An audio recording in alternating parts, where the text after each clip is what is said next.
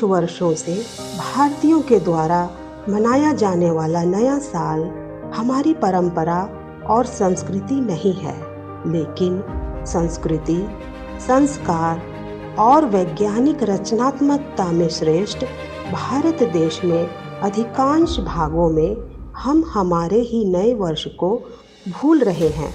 इसमें आश्चर्य नहीं है। पाश्चात्य संस्कृति हम भारतीयों पर हर रोज प्रहार कर रही है। स्वतंत्रता जो हमें 75 वर्षों पहले मिली थी, वह तब तक सार्थक नहीं है बंधुओं, जब तक वे ऐसी अवैज्ञानिक औपनिवेशिक संस्कृति की कैद से बाहर नहीं निकल जाते।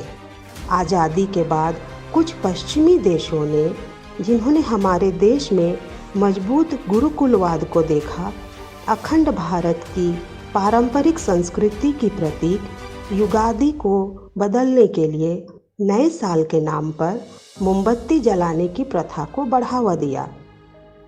बुराई का आदी बनाने वाली बुरी व्यसनों के प्रभाव ने भारतीयों को धर्मस्थलों, गिरजाघरों और मस्जिदों में प्रार्थना करने से दूर रखा।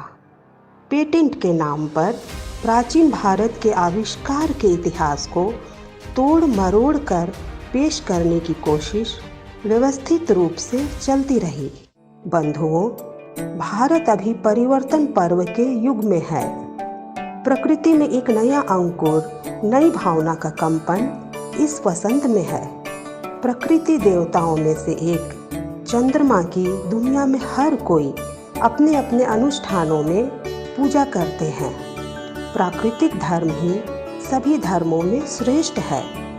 श्री पतंजलि योग शिक्षण समिति SPYSS 1980 से निःशुल्क योग शिक्षा के माध्यम से पंचमुखी शिक्षण के योग जीवन पद्धति को संपूर्ण समाज तक पहुंचाने तथा अखंड भारत की पारंपरिक संस्कृति को याद करने का सत्कार्य लाखों योग बंधुओं के साथ करती आ रही है।